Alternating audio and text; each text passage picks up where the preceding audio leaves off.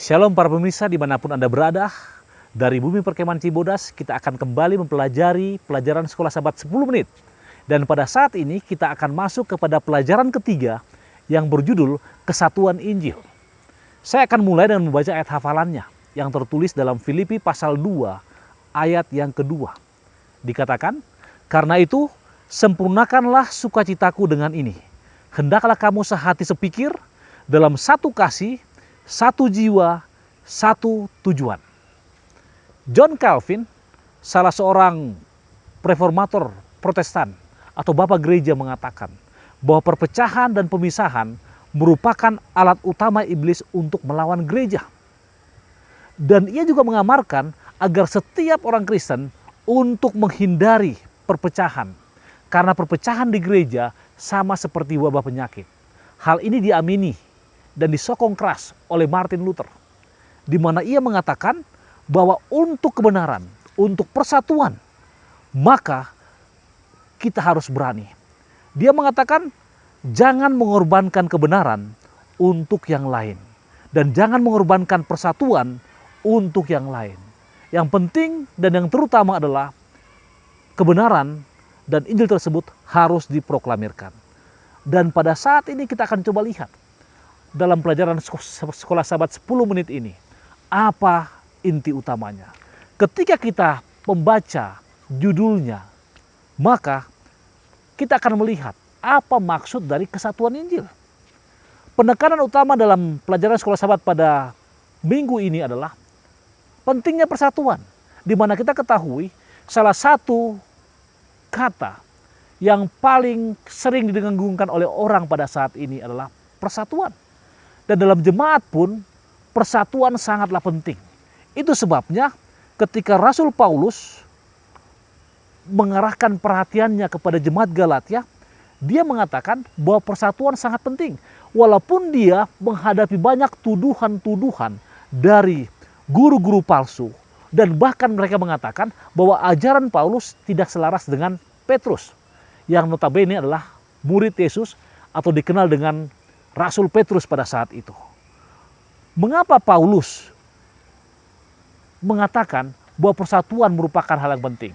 Dalam pelajaran hari Minggu, saudara akan melihat bagaimana Paulus menceritakan pengalamannya selama 14 tahun.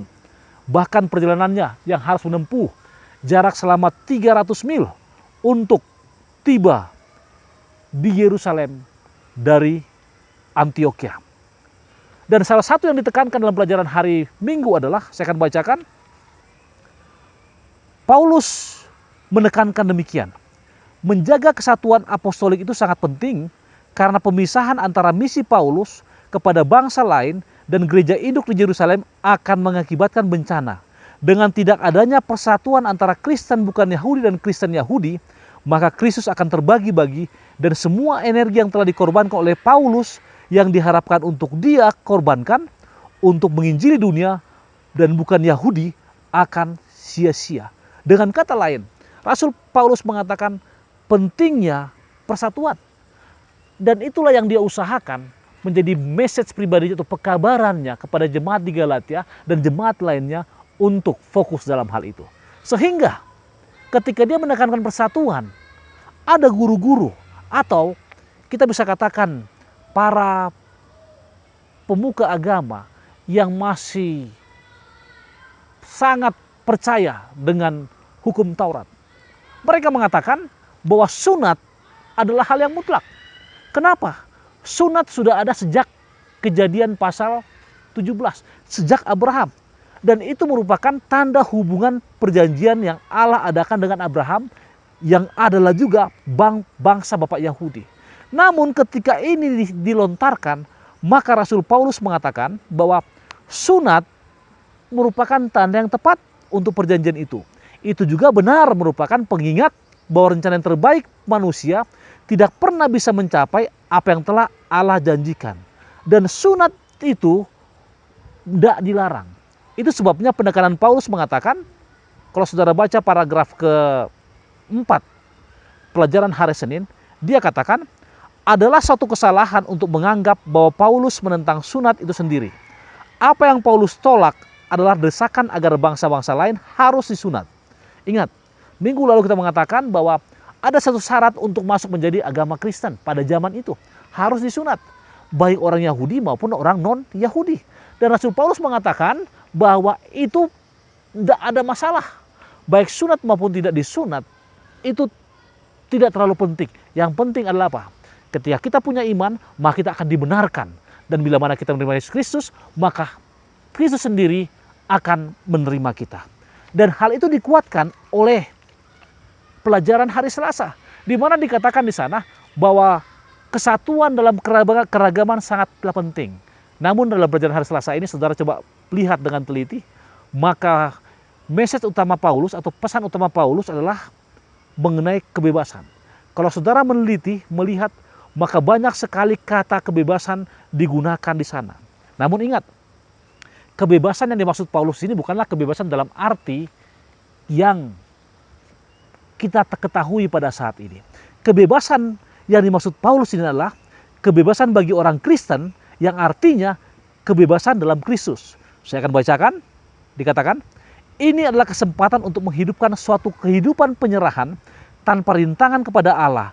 Ini mencakup kebebasan dari perbudakan nafsu dosa, kebebasan dari tuntutan hukum, dan kebebasan dari kuasa maut. Yang pertama tadi apa?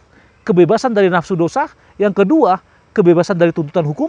Dan yang ketiga, kebebasan dari kuasa maut. Sehingga para rasul mengakui Paulus.